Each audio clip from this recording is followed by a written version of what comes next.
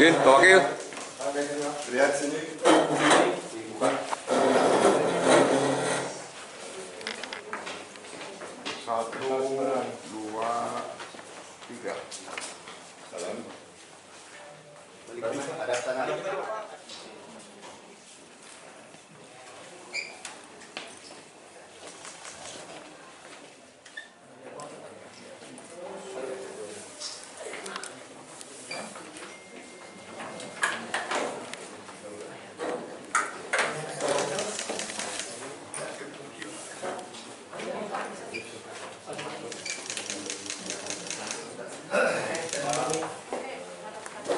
Siap.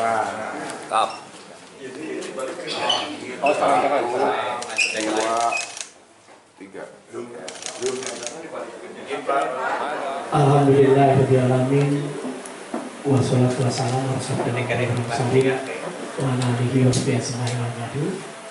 Yang saya hormati Pak Mujahidin dan rombongan, teman-teman pengurus DPC, insan pers, wartawan, hadirin sekalian yang sangat saya banggakan. Pertama tentu marilah kita panjatkan syukur dari Allah Subhanahu wa taala. Siang yang berbahagia telah berkumpul bersilaturahmi dalam keadaan sehat walafiat. Salam salam senantiasa dicurahkan bagi kita Nabi Agung, Nabi besar Muhammad, keluarganya, sahabatnya, dan kita sekeluarga kepada diri sekalian. Ujangdin, selamat datang di Dewan Pimpinan Cabang, Sekretariat Dewan Pimpinan Cabang PDI Perjuangan Kota Pangandaran dalam proses dan agenda pendaftaran calon kepala daerah untuk pemilu 2024 ini sekalian. Hadirin sekalian yang saya mengatakan, kenapa dibuat format seperti ini? Ini adalah bagian dari pertanggungjawaban masyarakat. PDI membuka ruang pendaftaran kepada siapapun. PDI memahami ruang pilkada mulai publik. PDI memahami bahwa pilkada ini adalah bagian yang paling krusial, yang strategis di Kabupaten Pangandaran. Oleh karena itu untuk PDI tidak boleh hanya membuka ruang bagi kader-kadernya saja. Walaupun Pak Ujang ini kan tetap kader PDI Perjuangan, nah, tapi PDI Perjuangan tentu membuka kader seluas-luasnya kepada tokoh masyarakat yang ingin mendaftarkan menjadi kepala daerah di Kabupaten Pangandaran dan sekalian. Itu yang pertama. Yang kedua sekalian, Bu Mega mengatakan politik itu memikul tanggung jawab terhadap keberlangsungan masa depan masyarakat, bangsa dan negara sekalian. Di ruang politik inilah tentu digodok berbagai SDM, baik yang ditempatkan di legislatif, ditempatkan di eksekutif. Tentu partai bukan hanya sebagai kendaraan politik, tetapi mendorong garis-garis perjuangan partai, konsep pemikiran partai berkaitan dengan masyarakat, sehingga nanti tentu antara partai dengan calon dengan masyarakat akan menjadi satu simbiosis yang bagus, saling support, saling mengenal. Kan Pak Bung Karno, ya, Bung Karno mengatakan bahwa hidup hanya sekali. Maka kata Bung Karno sebagai sang fajar, seluas-luasnya untuk kepentingan masyarakat dan pandangan sekali. Itu yang mendasari format di PDI Perjuangan daftar seperti ini. Ini hari yang kedua ke 2 orang kemarin dan hari ini sekalian. Dan tentu saya kira Pak Ujang ini bukan siapa-siapa. PDI Perjuangan 5 tahun yang lalu dengan saya berpasangan membangun Pangandaran yang kita cintai ya sekalian. Pak Mahbub sudah tidak asing terhadap konsep kebijakan yang telah ditorehkan oleh pemerintah daerah. Tetapi mohon maaf Pak Mahbub, saya tetap harus menyampaikan beberapa hal yang berkaitan dengan Pangandaran walaupun Pak Mahbub bagian dari itu. Pak sekalian, saya akan menyampaikan beberapa indikator. Saya kira Pangandaran, ini profilnya Pak.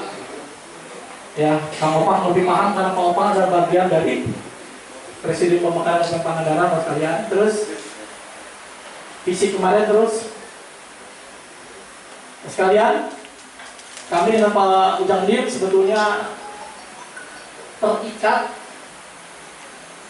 menjadi penanggung jawab lah terhadap kebijakan makro di Kunet Pangandaran selama 5 tahun 2022, 2023, 2024, 2025 dan 2026. Tetapi karena Undang-Undang Nomor 10 dan putusan Mahkamah Konstitusi, kami hanya sampai mungkin di sekitar bulan Januari Februari akan mengakhiri masa jabatan itu Mas sekalian. Jadi kalau melihat konsep RPJMD yang harusnya 5 tahun 2026, kita hanya sampai ke 3 Mas sekalian.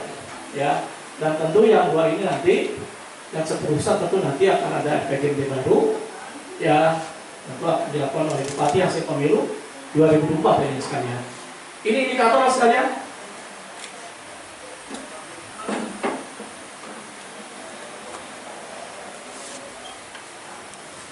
Jadi setiap daerah diukur secara akademis, semata-mata, secara ilmiah, ya oleh ketentuan yang berlaku, yang biasa yang kita ukur dengan alamat dan dengan yang paling depan tentu indeks pembangunan manusia sekalian.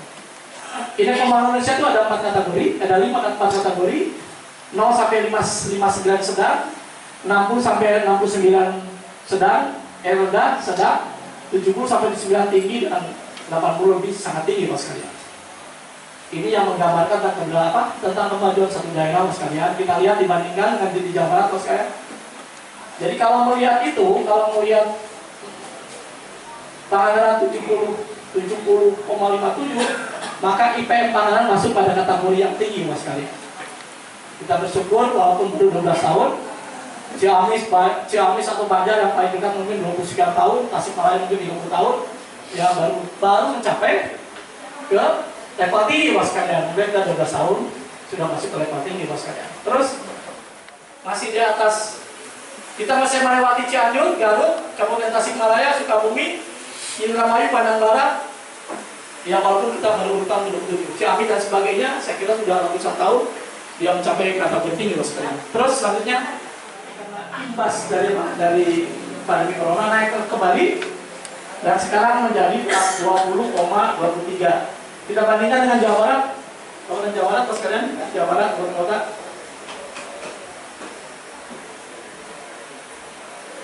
Kita lebih baik dari Indramayu, lebih baik dari Kuningan, dari Kota Tasik, Majalengka, Cirebon, Kabupaten Tasik dan Garut Mas sekalian. Ya. Dan itu menjadi PR karena seharusnya kita pada posisi yang dituju paling maksimal paling tinggi Mas sekalian. Terus pengangguran Pak, kita terbaik. Ya, kalau menukar musuh pas detik pas pengangguran sedikit Mas sekalian. Kalau menukar musuh besok sore ada pengangguran Mas sekalian. Jadi tidak sebenarnya Mas sekalian. Pengangguran kita terbaik sejauh mana Mas sekalian. Ya, terus Gini rasio itu kesenjangan Pak. Jadi kalau yang bunga-bunga yang miskin, maka terjadi kesenjangan yang sangat tinggi. Nah kita kesenjangannya nomor 2 terbaik sejauh mana setelah Cianjur Pak. Beda 0,013 Mas sekalian dengan Cianjur Mas sekalian. Yang lain kita lebih bagus kita Mas sekalian. Terus Ini kinerja daerah kita, Pak, kinerja Direktorat Kemendagri. Ya, kita ini indeks kinerjanya ada 3 yang diukur, pendidikan 91,38, angka tertingginya 100, jadi hanya tinggal 8, sekian. Rata nasional 87, Pak. Kesehatan juga sudah bagus, di atas rata nasional. Nah, ini saya kira urutan rankingnya nih dari seluruh kota Jawa Barat se-Indonesia, kita urutan 103, 142 di kesehatan, dan pekerjaan 159 sekalian. Terus ini Ombudsman membuat penilaian terhadap pelayanan publik. Jadi pelayanan rumah sakit seperti apa, pelayanan puskesmas seperti apa, dan lain sebagainya, Mas sekalian. Berdasarkan dari Ombudsman, kita ini skornya adalah 88,8, kategorinya A. Opininya kualitas tertinggi, Mas sekalian. Ya, jadi sudah bagus. Jadi kalau di puskesmas besok, nah ini juga buat teman-teman. Ya, jadi puskesmas kalau besok puskesmas tutup, baru penilaian berat bilang nih, Bapak sudah kualitasnya sudah sangat tertinggi, Pak. Ya, yang oleh Ombudsman kan ini bukan hanya indeks, ini menggambarkan situasi yang terus harus dipertahankan. Ini yang saya terus awasi, ya, karena pelayanan publik langsung bersentuhan dengan kehidupan masyarakat, Mas sekalian. Terus rumah sakit juga sama, Pak. Ya, terus ini kualitas puskesmas, Pak. Coba Cikemburan ada pada 5,26 di pertumbuhan ekonomi, maka Pak Gani besok harus lebih dari itu, Mas sekalian. 2 tahun, 3 tahun sudah angka 6. Ya, kemacetan THR kan begitu, Mas sekalian. Pokoknya kira-kira seperti ini. Kalau IPM kita 70 sekian, maka besok tentu kalau IPM kita harus sudah naik. Jadi sudah harus masuk pada kategori yang sangat tinggi, Mas sekalian, karena itu ukuran keberhasilan pembangunan, Mas sekalian. Jadi ini sengaja kita sampaikan, ya, untuk menjadi pedoman kita semua, terutama Pak Bidangdir. Nanti kemudian oh iya, saya dipilih, direkomendasikan oleh partai semata-mata untuk membangun pangan yang lebih baik lagi. Yang baik biar lebih baik lagi, yang kurang untuk bisa menggunakan. Begitulah, Mas sekalian, dinamika kehidupan yang kita lakukan. Dan saya katakan Pak Ujang ini bukan siapa-siapa, sudah berKTS, satu tahun berKTS, apalagi, Mas sekalian, berKTS, baju PD-nya masih bagus, begitu. Terima kasih. Ya, bila lebih kurangnya, wassalamualaikum warahmatullahi wabarakatuh. Bapak Ibu hadirin yang saya hormati, apa yang saya alami, saya laksanakan hari ini adalah merupakan refleksi atau pernah terjadi 4 tahun yang lalu lah, kira-kira begitu. Masih dengan orang yang sama, ya, tahunan saya Pak Jeje, ya, beliau baik-baik gitu.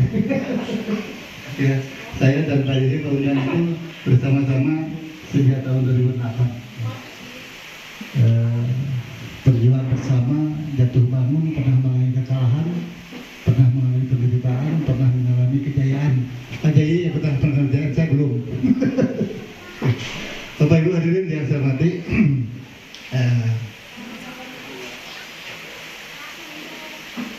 ini proses politik ini adalah satu hal yang sangat penting, sebagaimana tadi disampaikan oleh Pak Ketua DPC, bahwa pembangunan di Pangandaran, ya, harus tetap berlangsung. Bapak Ibu hadirin yang saya hormati, apa yang menjadi latar belakang saya untuk ikut serta atau memberanikan diri dalam proses komunikasi politik ini adalah paling tidak ada 3 hal. Ya. Yang pertama, bahwa Pangandaran mempunyai potensi alam yang sangat luar biasa. Yang kedua, ya, saya punya pengalaman, ya, di birokrat maupun setengah politisi. Ya. Selama hampir 3 tahun lebih, ya 4 tahun dengan saya masa Bapak ini sebagai wakil bupati, tentu saja banyak hal yang bisa saya ambil, ya, banyak saja yang dapat dipetik. Yang ketiga, saya punya konsep. Saya punya konsep bagaimana Pangandaran akan dibawa kemana Pangandaran kira-kira ke depan untuk 5 tahun ke depan. selama 2 periode kepemimpinan Pak JJ, yang pertama dengan Pak Haji Adam, yang kemudian dengan saya kurang lebih sekarang jalan 4 tahun, ya, sudah dilakukan atau dibangun fondasi dasar pembangunan. Yang itu adalah suatu hal yang sangat penting.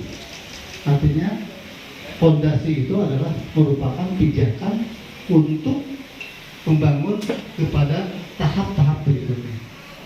Fondasi itu tidak tinggi, fondasi itu rendah tapi kokoh. Dan untuk melanjutkan ke pembangunan itu masih banyak tahapan-tahapan yang perlu. Di infrastruktur jalan itu sudah 91, bahkan mungkin sampai kepada 95%. Bahasa teknisnya barangkali sudah dalam kondisi rata, itu dari sisi kualitas. Betul. Aksesibilitas jalan kabupaten yang menghubungkan desa dengan desa itu sudah terbangun dengan baik.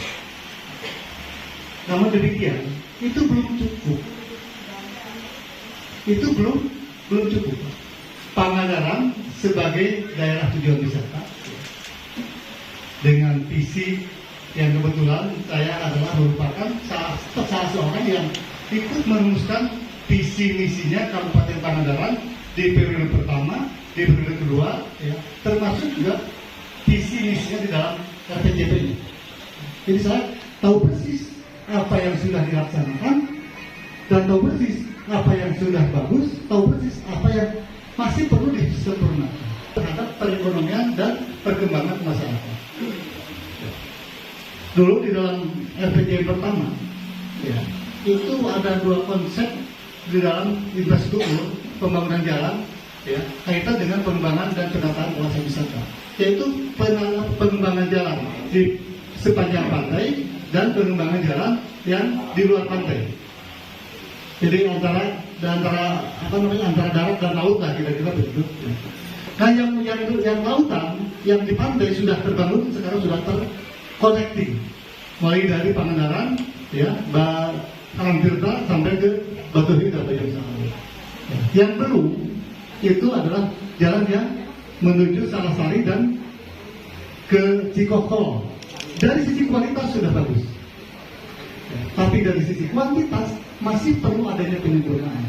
Dari sisi apa? Dari sisi dimensinya, termasuk jalan yang Cibubur ke Langkah Pelancaran. Dari sisi kualitasnya juga sudah bagus, namun masih perlu disempurnakan. Bagaimana? Perlu masih dilebarkan. Kalau kata Pak JJ tadi bahwa nanti bupati itu yang ke depan takut tidak ada, banyak kerjanya dan tantangannya lebih besar. Tantangannya lebih besar, Pak. Membebaskan jalan itu lebih berat sebetulnya. Karena di sana ada konflik nantinya, dan ada kemungkinan terjadi konflik sosial.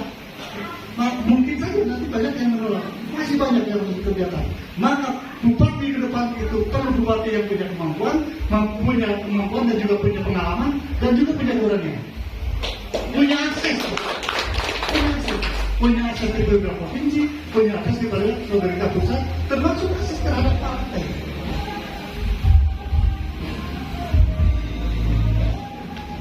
Ya, harus masuk bus. Sekarang itu kalau mau ke Langkap atau mau ke Cibubur itu agak susah, ya, agak susah.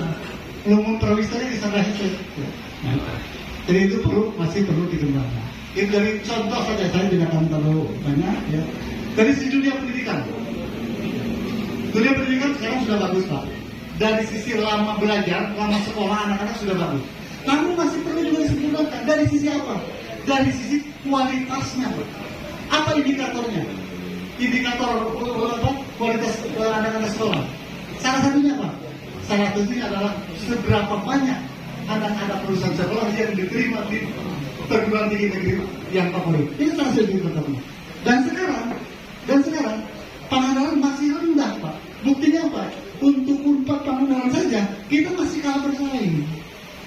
Masih kalah bersaing dengan orang-orang yang luar.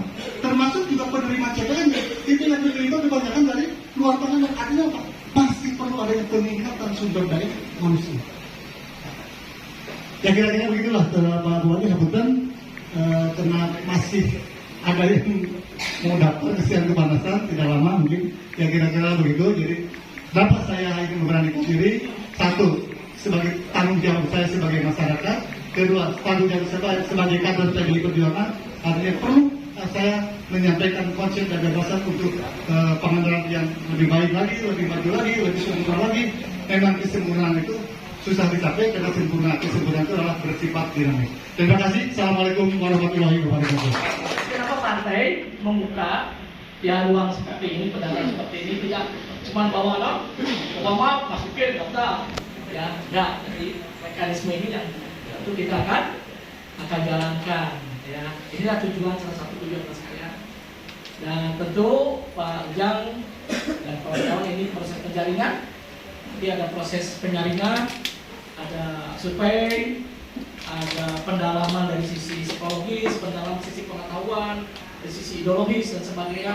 Tentu nanti di tingkat lebih tinggi sekalian. Saya tentu DPC bertugas menjaring, melakukan DPP, nanti ada tahapan jangdin, apa pendaftaran untuk ikut proses penyaringan yang dilakukan oleh dari pimpinan cabang.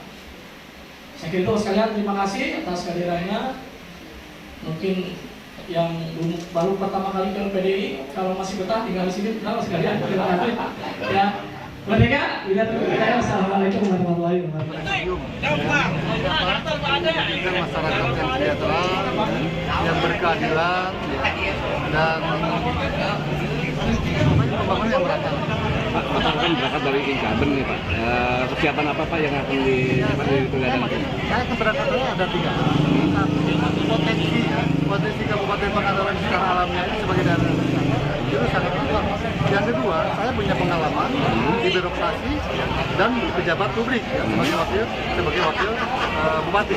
Yang ketiga, saya punya konsep. Tadi saya sampaikan sama Pak, saya punya konsep ke depan itu seperti apa. Kenapa? Karena saya tahu persis.